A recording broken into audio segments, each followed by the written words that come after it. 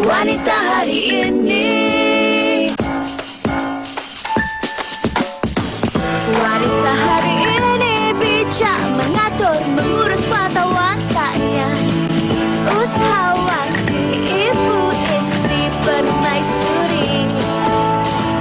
Wanita hari ini di zaman modern masih kekalkan adatnya. Dihormati, disayangi, disanjungi. Wanita hari ini. Assalamualaikum dan selamat tengah hari penonton setia Wanita Hari Ini. Terima kasih kerana memilih kami sebagai siaran tengah hari anda. InsyaAllah hari ini kita akan kongsikan segala yang menarik untuk anda dan diharapkan segala yang anda rencanakan hari ini dipermudahkan. Ialah kalau kita tengok situasi yang mungkin mencabar ketika ini, apa yang diperlukan setiap daripada kita adalah sokongan. Jadi lontarkan kata-kata yang baik, teruskan membantu dan memberi sokongan dengan kata-kata yang orang kata positif kepada setiap daripada orang di sekeliling kita. Kerana itu sebenarnya yang menjadi tuntutan kita ketika ini dalam situasi COVID yang orang kata sangat merisaukan ini. InsyaAllah kita boleh orang kata menang sama-sama. Dan hari ini insyaAllah saya bukanlah keseorangan kerana bersama saya rakan pengacara saya yang telah pun bersedia. Kita bersama dengan Fiza Sabjahan. Fiza. Hai Fatin. Hai, lama tak bersua. Betul. InsyaAllah. Betul, okey. InsyaAllah mungkin dengan Fatin cakap tu kan? Sama dengan Fatin cakap tu, tengok kuih raya dekat depan Fatin tu. Okey, nanti saya kongsikan dengan Fiza. Okey, tapi seperti yang telah pun Fatin kongsikan tadi kan, dalam kita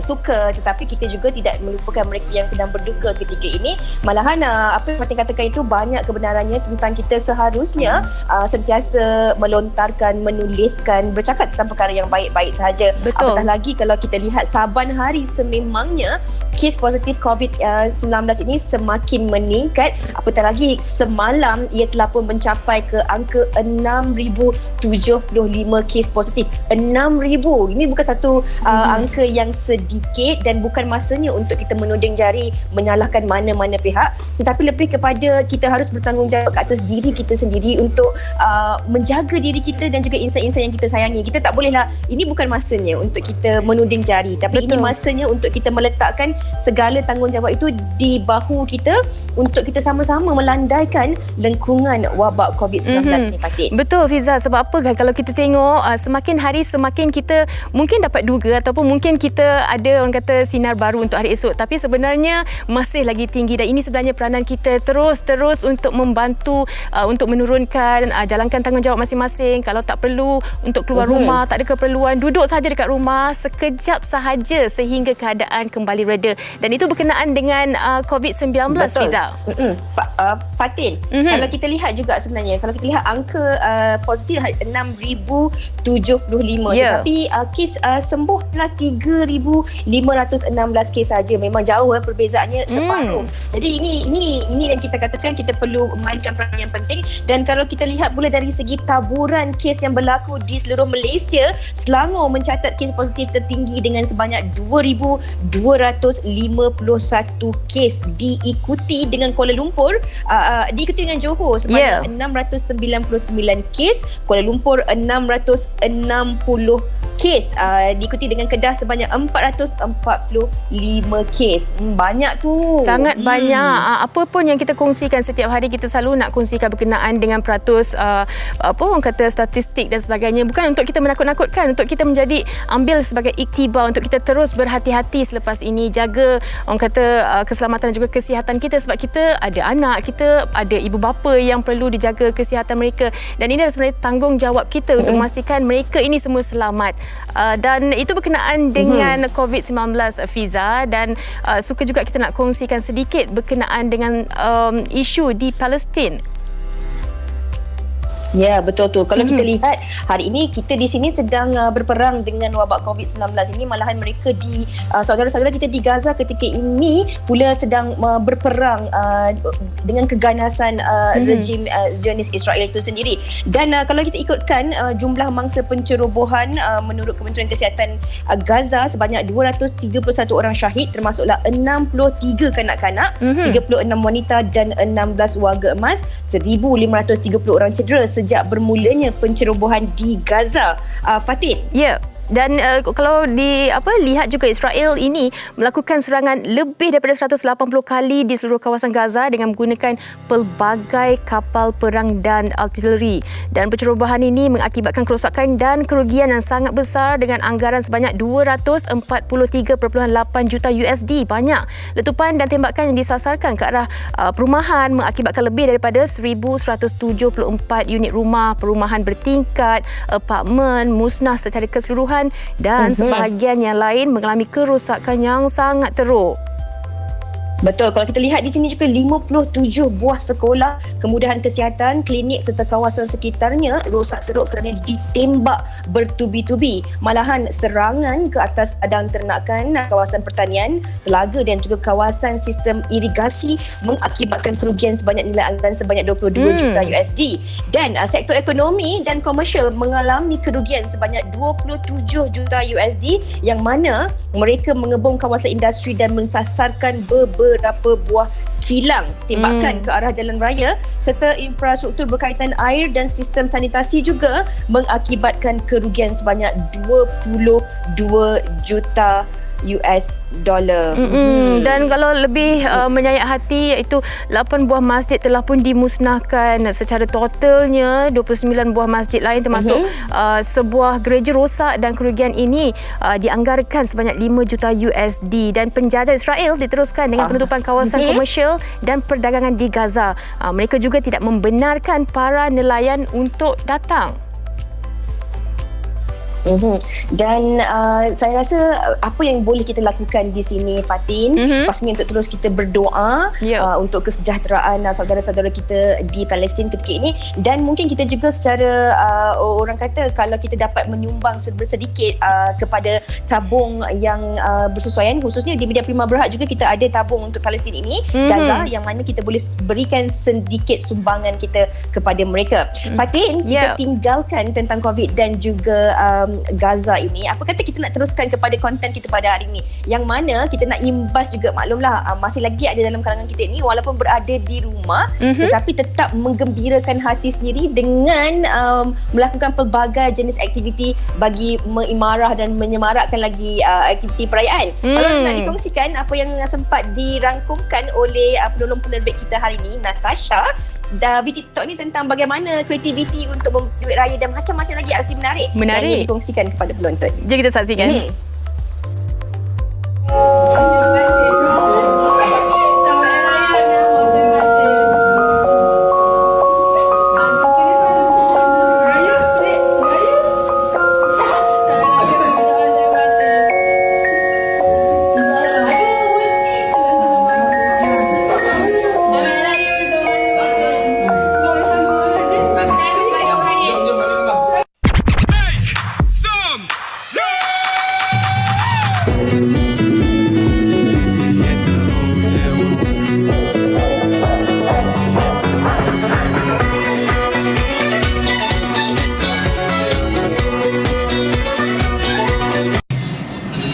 Raya saya Raya Ijat.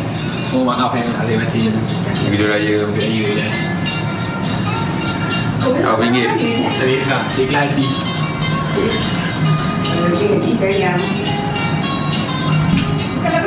Okey dah. Masih Ijat. Berapa? Jangan tengok. Jangan tengok. Okey, kreatif sekali. Orang kata itulah dalam norma baru ini. Sebenarnya itu tuntutan kita. Kena bagi duit raya dengan transfer ataupun QR code. Ataupun kalau kita nak selalu pergi ke studio, tak perlu. Depan rumah sahaja. Tapi yang pasti kena duduk satu rumah lah. Kerana apa? Terus menjaga SOP dan juga penjarakan fizikal juga. Tapi Fatin pun belum bagi sedik raya kan? Nanti saya transfer. Dia adik kena bagi kakak macam tu kan? Baiklah kakak. Kalau kita cakap tentang hari raya ni, ada macam-macam perkongsiannya. Apatah lagi kan kalau selepas hari raya ni, kalau sebelum hari raya tu kita pun dah kongsikan antara penyakit-penyakit yang kadang-kadang kebiasaannya memang merupakan penyakit-penyakit yang telah pun menjadi kebiasaan ataupun penyakit-penyakit yang memang telah pun dihidapi oleh sesetengah individu. Tetap apabila menjelang selepas Aidilfitri ini, mungkin kadang-kadang masa hari raya tu dia balas dendam, dia tak jaga makanan, dia curi-curi makan dan sebagainya, selepas hari raya ini akan timbul pelbagai jenis penyakit yang ada kalanya boleh menyebabkan pelbagai kemudaratan kepada seseorang individu itu, Fatin. Betul, dan itulah yang akan kami kongsikan untuk hari ini, iaitu penyakit lepas raya. Kita dah kena lemang, ketupat, rendang, segala-gala yang mungkin masa puasa hari tu tahan. Lepas tu kena pula dengan PKP, duduk dekat rumah je, asyik makan je. Sebenarnya kita tak tahu sebenarnya macam-macam penyakit boleh datang dekat diri kita ni. Dan kita nak ketahuilah apa antara penyakit-penyakit, bagaimana untuk kita hindari penyakit tersebut dan juga bagaimana untuk kita menjaga pemakanan kita, khususnya pada mereka yang mungkin telah pun mengidap penyakit ataupun yang mungkin menyebabkan penyakit, Fiza. Ya, okey. Fatin banyak makan lemang kan hari tu? Lemang ke lontong? Okey. Jadi seperti biasa, kalau anda ada sebarang perkongsian, pertanyaan ataupun kemusykilan, apa kata anda sama-sama bincangkan dengan kami di laman sesawang Facebook dan juga Instagram kami di WHI TV3. InsyaAllah jika berkesempatan, kami akan bacakan dan tanyakan kepada doktor yang akan bersama dengan kita sebentar lagi. Fatin, kalau dah bersedia untuk kita berehat seketika? Jangan ke mana, selepas ini bersama tetamu kita. Wanita hari ini. Kurang kesedaran mengenai kepentingan menjaga pemakanan antara faktor berlakunya pelbagai masalah kesihatan bergantung pada individu itu sendiri. Masalah ini seringkali berlaku terutamanya ketika menyambut perayaan. Ini kerana makanan ketika pagi Syawal atau Juadah Aidilfitri sudah semestinya menjadi satu kewajipan yang dinanti-nantikan bagi semua yang menyambutnya. Jenis makanan atau kuantiti yang diambil secara berlebihan ketika hari raya ternyata boleh menyebabkan pelbagai komplikasi kesihatan terhadap seseorang. Rata-rata ramai yang mengambil mudah tentang isu ini kerana ianya dianggap remeh dan tidak penting. Malah jika dibiarkan, ia mungkin boleh menjurus kepada jenis penyakit yang lebih serius tanpa disedari oleh individu itu sendiri. Kesannya akan lebih berisiko buat mereka yang menghidapi penyakit kronik seperti kencing manis, sakit jantung, mempunyai tekanan darah tinggi dan kolesterol yang tinggi. Walau bagaimanapun, kesan-kesannya mampu dikawal bergantung kepada individu itu sendiri. Pesakit perlu mempunyai kesedaran mengenai apa yang perlu dimakan dan harus merancang menu yang ingin dinikmati tanpa mengikut nafsu makan.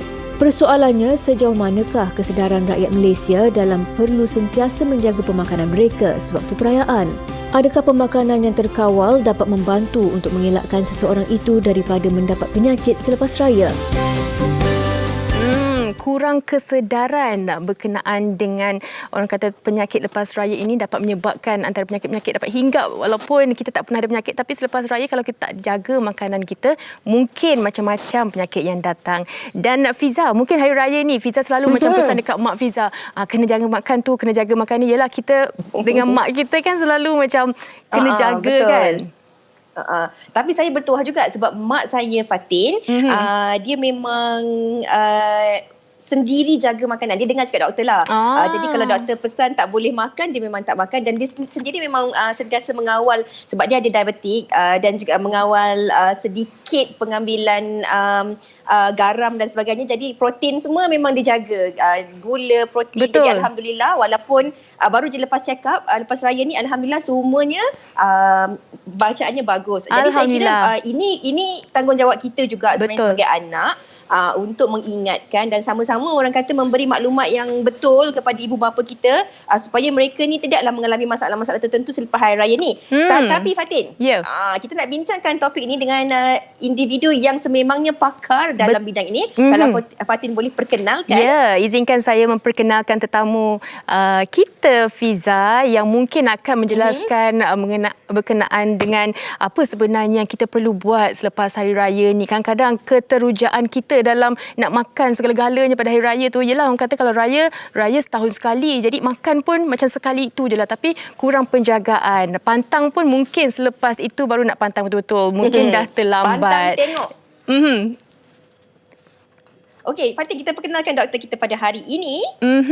Dan Dr. Choi Keng Chew, pakar endokrinologi, diabetes dan perubatan dalaman Hospital Pakar KPJ Ampang Puteri, dah pun bersedia dalam talian.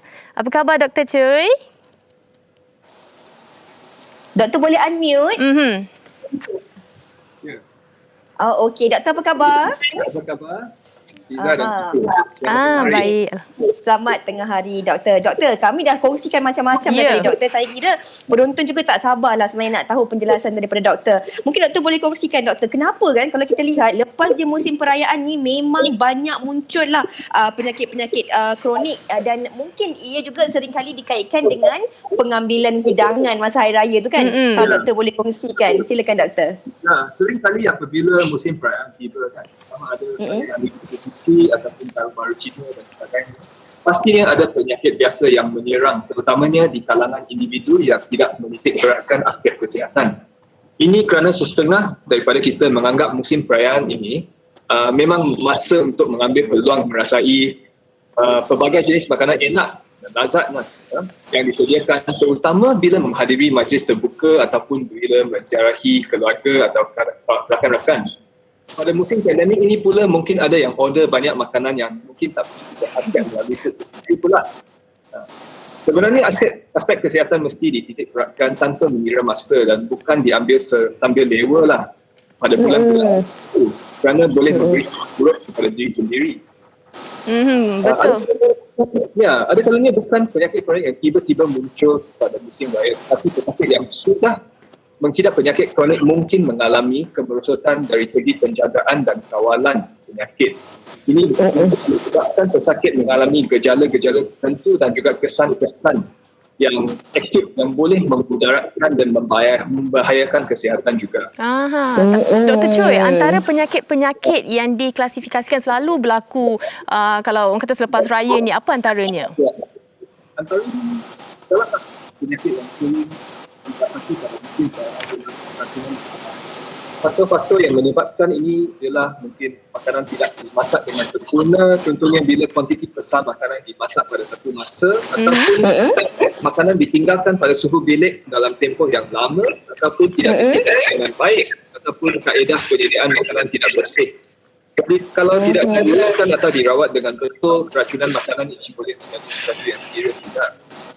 Selain itu, penyakit yang mengidap penyakit kronik, dia mungkin mengalami kemerosotan dalam pengawalan penyakit dan memerlukan rawatan untuk mengawal, misalnya paras gula untuk penyakit kencing manis dan tekanan darah untuk penyakit hipertensi atau diabetes. Ini untuk menyebabkan daripada krisis atau kecemasan seperti strok, serangan jantung atau paras gula tinggi sehingga membahayakan nyawa. Okey.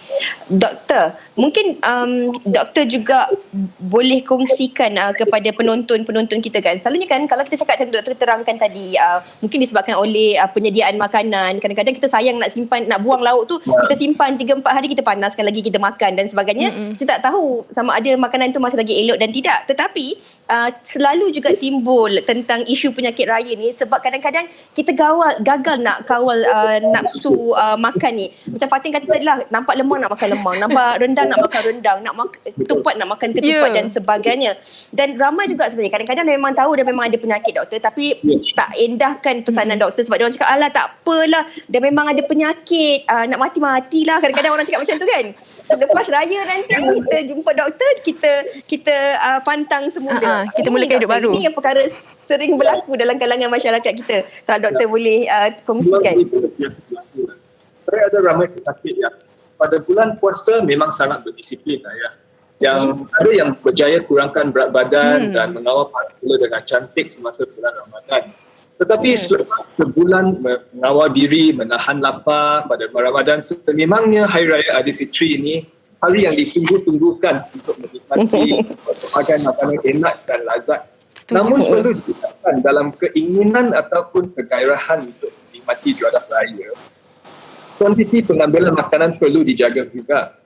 Kalau orang sudah ada penyakit, mereka harus diingatkan pengawalan penyakit secara konsisten dan menyeluruh membantu mengelakkan dapat komplikasi daripada penyakit. Misal kata untuk pesakit kencing manis, jika kawalan gula tak baik, pesakit itu berpotensi mendapat komplikasi seperti kerosakan buah pinggang, diabetes, masalah berkaitan diabetes dan masalah dengan saraf.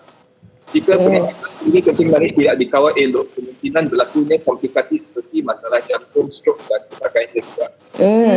Okey, sebenarnya doktor dah sentuh sedikit mengenai kesan-kesan dan mungkin doktor boleh huraikan juga penyakit 3 serangkai yang selalu menjadi masalah masyarakat kita terutama musim perayaan ni, kalau boleh sentuh lagi. Ya, 3 serangkai ini penyakit yang sering diminta ataupun 3 serangkai merupakan penyakit kencing manis secara tinggi dan juga penyakit jantung koronari. So penyakit-penyakit ini dikaitkan dengan faktor gaya hidup yang tidak sihat. Apabila 3 penyakit ini tidak dirawat dengan awal ataupun tidak dirawat dengan elok, ini boleh mengakibatkan serangan jantung atau kegagalan jantung. Dan penyakit ini memang punca kematian paling tinggi di Malaysia, tidak kira lelaki atau perempuan. Okey, doktor, mungkin doktor boleh huraikan juga dengan lebih lanjut sebab kadang-kadang ada juga dalam kalangan masyarakat kita yang beranggapan bahawa ini penyakit bermusim je lah. Tetapi mungkin doktor boleh terangkan sama ada ini sebenarnya merupakan penyakit bermusim ataupun sememangnya ia penyakit yang mudah untuk kita hidapi sepanjang masa, doktor. Jadi penyakit-penyakit ini memang sesuatu yang penting ataupun kita nak pada sepanjang masa. Sebagai contoh, dianggarkan bahawa semai 18% orang dewasa di Malaysia menghidap penyakit kencing manis. Dan separuh daripada penyakit ini tidak mengetahui bahawa mereka ada masalah atau penyakit tersebut sehingga mereka mendapat screening ataupun penyaringan. Separuh daripada masyarakat Malaysia mempunyai berat badan yang berlebihan dan 30% rakyat Malaysia menghidap penyakit darah tinggi juga. Okey, doktor, mungkin ada soalan daripada penonton kita yang kenapa hari raya je kena jaga kesihatan, mungkin hari-hari biasa pun kita kena jaga kesihatan. Tapi doktor sentuhkan sikit berkenaan dengan kenapa hari raya ni sebenarnya penting untuk kita menjaga kesihatan kita. Sekiranya makan berlebihan pada musim raya boleh mengakibatkan berat badan meningkat. Ini akan meningkatkan risiko mendapat penyakit seperti kencing manis, darah tinggi dan obesiti. Dan kenaikan berat badan secara mendadak ini boleh memberi kesan kepada kesihatan dalam jangka masa panjang. Okey. Ya. Doktor, mungkin doktor boleh kongsikan juga, kadang-kadang ramai je sebenarnya dalam kalangan masyarakat kita ni, kita seringkali beranggapan bahawa kita sihat. Kita sentiasa sihat, kita tak ada masalah penyakit sebab kita rasa badan kita sihat. Tetapi doktor, selepas raya je tiba-tiba macam-macam penyakit datang. Tiba-tiba mula rasa sakit kepala, sakit belakang, kepala berat, kaki bengkak, ada air dan sebagainya. Adakah ini sebenarnya antara masalah ataupun punca-punca yang disebabkan oleh daripada kurangnya kawalan pemakanan ataupun bagaimana ia boleh terjadi tentang penyakit-penyakit yang tak dijangka ni, doktor? Kemungkinan sebelum ini pesakit dah mempunyai kecenderungan untuk mengidap penyakit tertentu dan mungkin mempunyai faktor risiko yang tinggi, misalnya berat badan berlebihan ataupun sejarah keluarga yang mempunyai masalah kesihatan. Jadi apabila faktor risiko ini bergabung dengan gaya hidup yang tidak sihat, penyakit pun boleh mula menjadi lebih nyata dan dikesan. Okey, doktor. Saya suka nak tahu juga bagaimana agaknya kalau situasi cara untuk kita mendidik selera makan kita lebih senang dikata kawal nafsu kita ketika raya tu untuk kita tahu selepas ini kita takkan ataupun jauh daripada untuk mendapatkan penyakit. Ini perkara yang perlu diberi perhatian dari segi pemakanan, tidak kira semasa menghadiri rumah ataupun pada hari-hari biasa, adalah keseimbangan dan kesederhanaan. Kebiasaan yang diambil harus memenuhi diet yang seimbang dan dalam kuantiti sederhana, terutama pesakit yang mempunyai penyakit kronik bagi mengelakkan timbul masalah. Doktor, mungkin doktor boleh kongsikanlah juga kepada para penonton ni kan, kadang-kadang kita ni dalam keterujaan kita nak menyambut Aidilfitri, dalam keterujaan kita ni nak mencuba macam-macam jenis makanan, kadang-kadang kita terlupa yang sebenarnya apa saja yang kita lakukan ni kita harus lakukan dalam semuanya perlu dalam keadaan yang sederhana. Jadi apakah sebenarnya cara untuk kita mendidiklah diri kita ataupun apakah antara pilihan makanan dan alternatif untuk mengurangkan peratusan mendapat penyakit raya ni, doktor? Jadi tips yang FSU kita akan bagi ialah kurangkan pengambilan atau kuantiti makanan yang manis, yang berkalori tinggi ataupun makanan yang berlemak dan masin. Contohnya air berkarbonat atau cordial, kuih-kuih, manis, lauk pauk yang mengandungi kandungan tinggi santan dan minyak. Jadi pilihlah makanan seperti sayur-sayuran hijau, makanan berserat tinggi, buah-buahan dengan sederhana dan juga makanan yang mempunyai indeks glikemik yang rendah. Maksudnya makanan meninggikan paras gula dengan sangat mendadak seperti bijirin atau roti terkandung penuh roti putih. Okey. Doktor, penonton kita mesti nak tahu juga bagaimana untuk mereka tahu tahap kesedaran dan juga memotivasikan diri mereka untuk mengambil makanan-makanan yang orang kata selamat dan juga terhindar daripada sebarang penyakit selepas raya. Tak naklah lepas raya banyak pula yang kena masuk klinik dan sebagainya kan? Ya, betul. Sememangnya pada musim raya dia lah makan. Tapi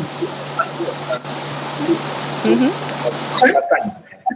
Harus ingat selalu walaupun penyakit kronik mungkin tidak menyebabkan seseorang berasa sakit ataupun rasa tak sedap sekarang, jika tidak dikawal elok, lama-kelamaan pesakit akan mengalami komplikasi yang menyebabkan kesesatan atau keraguan. Okey, doktor, ini nak tanya juga kepada doktor. Kadang-kadang doktor, dah lepas raya, kita dah rasa badan kita lain kan doktor? Dah rasa sakit kepala sana, sakit belakang sana, kaki bengkak dan sebagainya, ataupun ada sikit-sikit. Yang ini kita nak doktor terangkan kepada penonton-penonton kita. Kadang-kadang kita ni janganlah jadi doktor sendiri kat rumah. Kita rawat sendiri. Apakah sebenarnya langkah utama yang perlu kita lakukan bila kita dah rasa ada perubahan pada badan kita? Apakah langkah pertama yang paling cepat untuk kita mengelakkan daripada menjadi mudarat pada diri kita? Apa yang kita perlu lakukan, doktor? Maksudnya macam mana nak kawal kesihatan lah. Kita nak, jadi pesakit yang mengidap penyakit kronik harus ingat untuk selalu mengambil ubat lah mengikut masa, tidak kira di mana mereka berada. Elakkan abaikan pengambilan ubat. Saya pernah ada pesakit yang terpaksa masuk ward dalam minggu raya disebabkan terlalu tinggi ataupun paras gula terlalu tinggi sehingga tahap berbahaya. Bila tanya mereka pula, sebenarnya mereka sama ada tak bawa ubat balik kampung ataupun langsung lupa ambil ubat semasa musim raya sebab sibuk dengan persiapan untuk beraya. Okay. Doktor, ini soalan lain. Selain daripada keracunan, kadang-kadang dengan cuaca yang panas sekarang ini kan, kita kekurangan air ataupun dehidrasi pun menjadi punca juga penyakit. Mungkin ada sedikit tips daripada doktor untuk kita kekal untuk sentiasa sihat. Selalu minum air kusung. Jangan minum terlalu banyak air yang manis mengandungi kandungan gula yang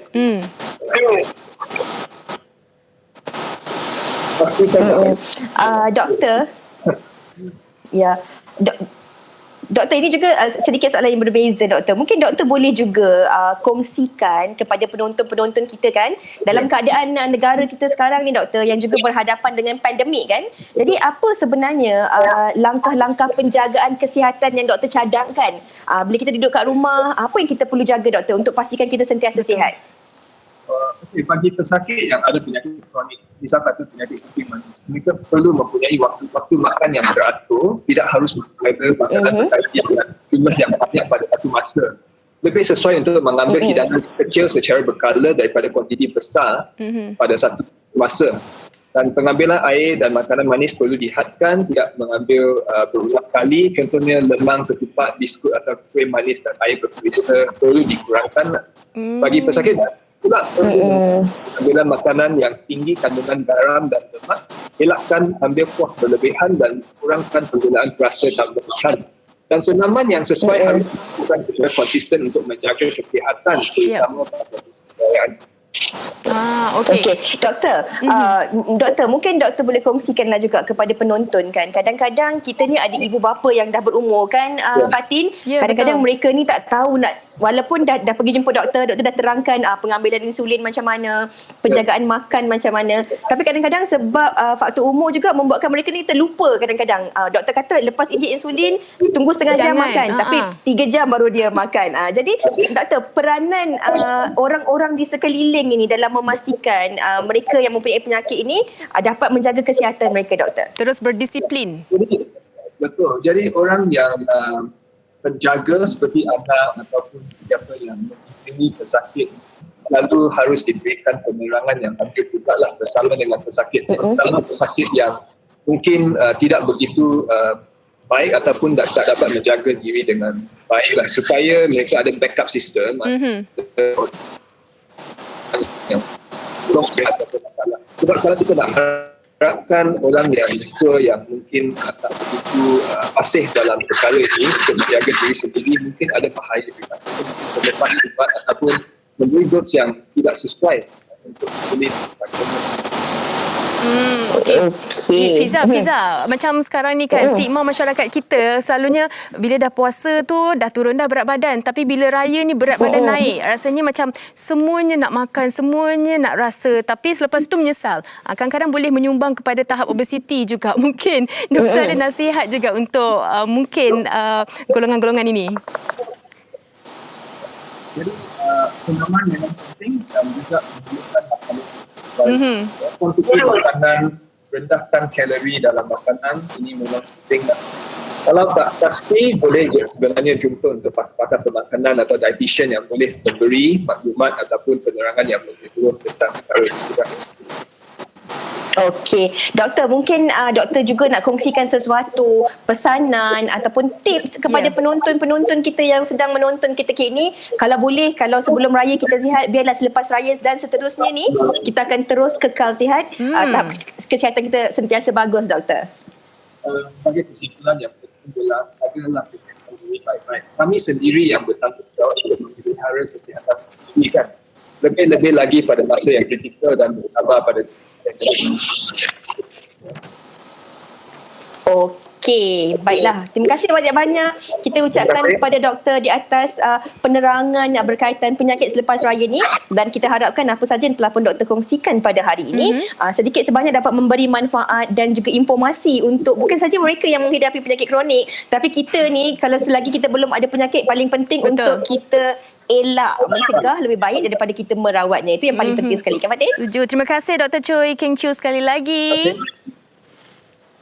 Baik. Okey, Fiza, secara rumusannya kena tahu apa yang kita ambil, kena jaga, dan mungkin orang di sekeliling kita tu ingatkanlah kalau pada mereka yang mungkin keteruja kan nak makan segala-galanya, kita kena ingat juga penyakit. Sebab sekarang ni dah banyak sangat penyakit. Jadi kalau boleh apa yang boleh kita hindarkan tu, kita hindarkanlah.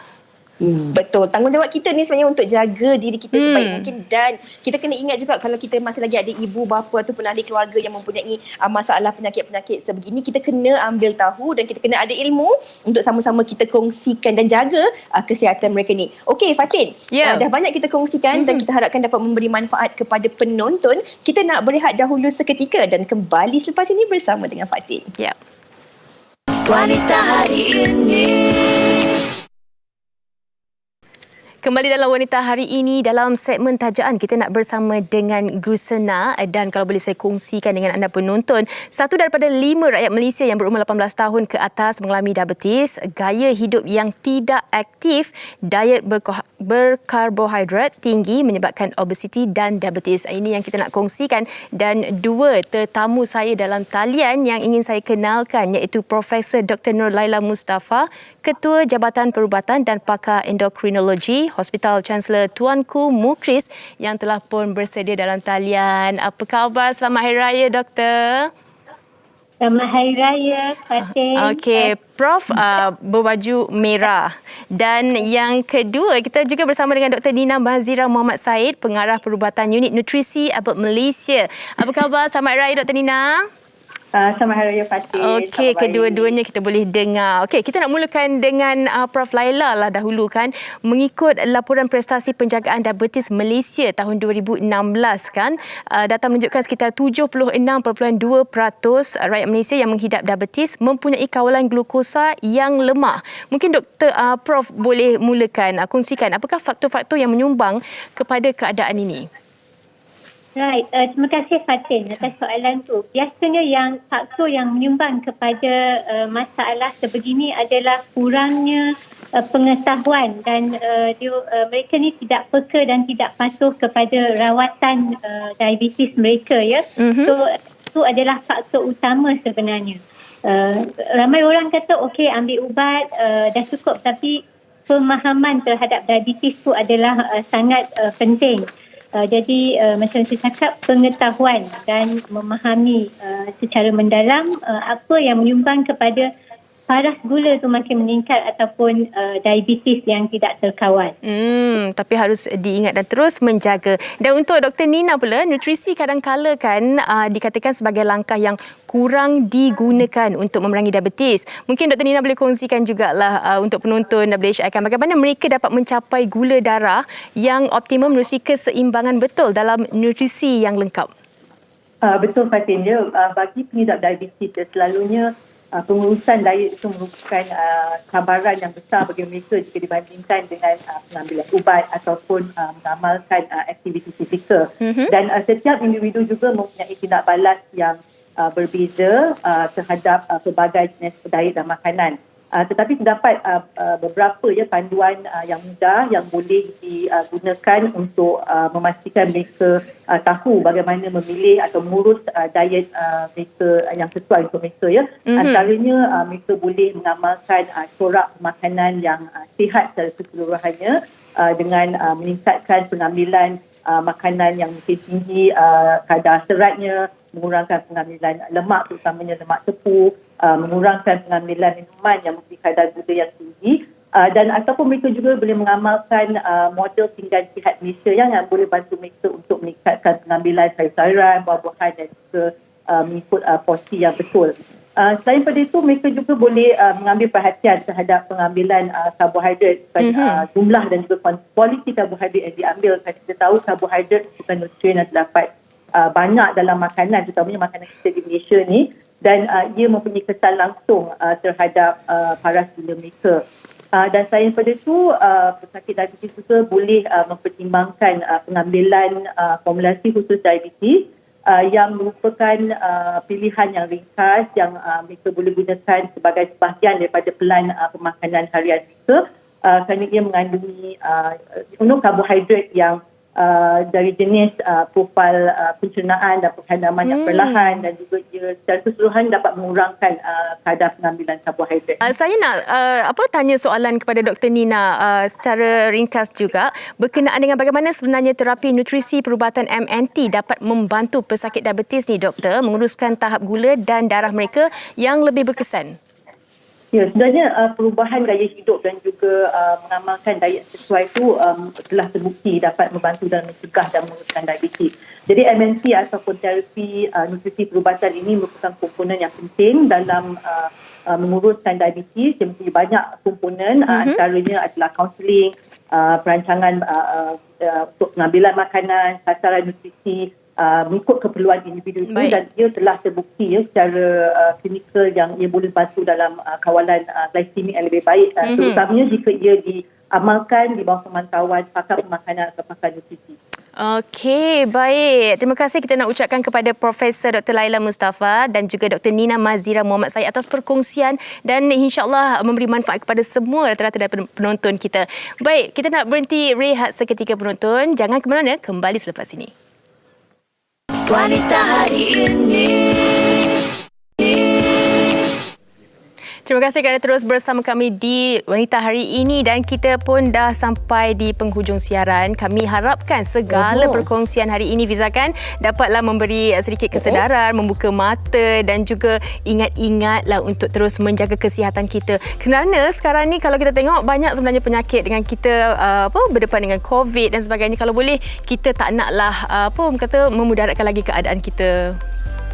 Betul, sebab selalu orang kata kalau kita mempunyai wang ataupun harta yang banyak pun dia tak akan dapat dijual beli dengan kesihatan yang baik. Itu memang betul sekali. Dan berdasarkan daripada perbincangan kita hari ini, Fatin, saya pun sedang terfikir-fikir apa agaknya yang nak dinikmati untuk tengah hari nanti. Sebab dah beberapa minggu ni tak ada selera nak makan. Jadi saya rasa hari ni mungkin perlulah makan sesuatu yang lebih sihat untuk kita jaga kesihatan diri kita. Betul. Dan kita harapkan anda penonton-penonton juga sebenarnya ambil iktibar dan ambil segala manfaat yang baik ini untuk sama-sama kita jadikan orang kata sedikit panduan untuk kita meneruskan kehidupan harian kita.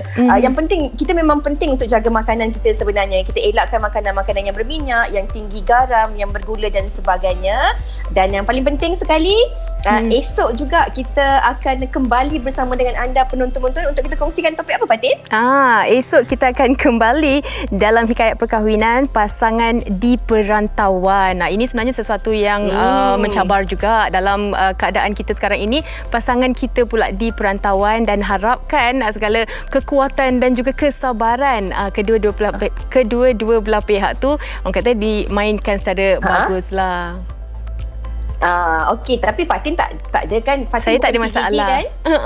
Okey, Fiza, dalam kita apa orang kata kongsikan segala berkenaan dengan hari ini, kita nak juga sekali lagi ingatkan kepada penonton kita berkenaan dengan jangan lepaskan orang kata doa, jangan lupa untuk mendoakan dan juga terus memberi sumbangan kepada saudara-saudara kita yang sekarang ini ditindas di Palestin dan terus keluarkan kata-kata baiklah di media sosial itu. Saya kira betul, doa itu adalah antara senjata orang mukmin yang terbaik sekali.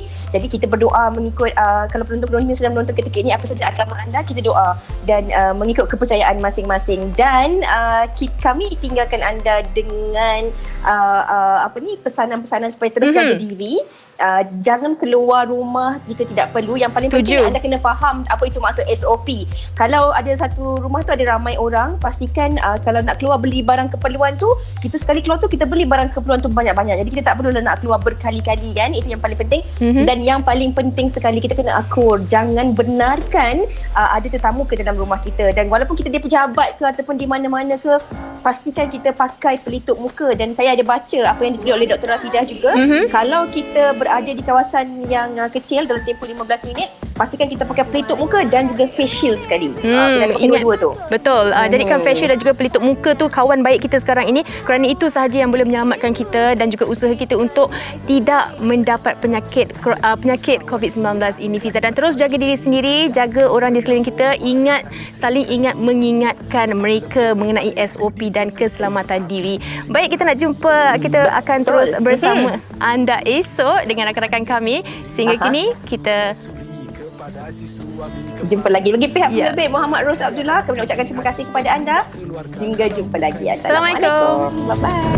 Wanita hari ini bijak mengatur, mengurus mata wataknya. Usahawanti, ibu istri permaisuri. Wanita hari ini di zaman modern masih kekalkan adatnya. Dihormati, disayangi, disanjungi. Dia usahawati aliran masa kini, dia penyambung warisan Sri Kandidia. Lemah lembut, baik budi pekerti, tapi tekal hati dia tambah berani pendidik. Puteri dalam hal jati diri dia, permaisuri kepada si suami, kepada anaknya. Dia ratu di hati, tunggak keluarga, kalau bukan dia siapa lagi. Wanita hari ini bijak mengatur, mengurus mata wataknya. Usahawanti, ibu istri permaisuri. Wanita hari ini di zaman modern masih kekalkan adatnya.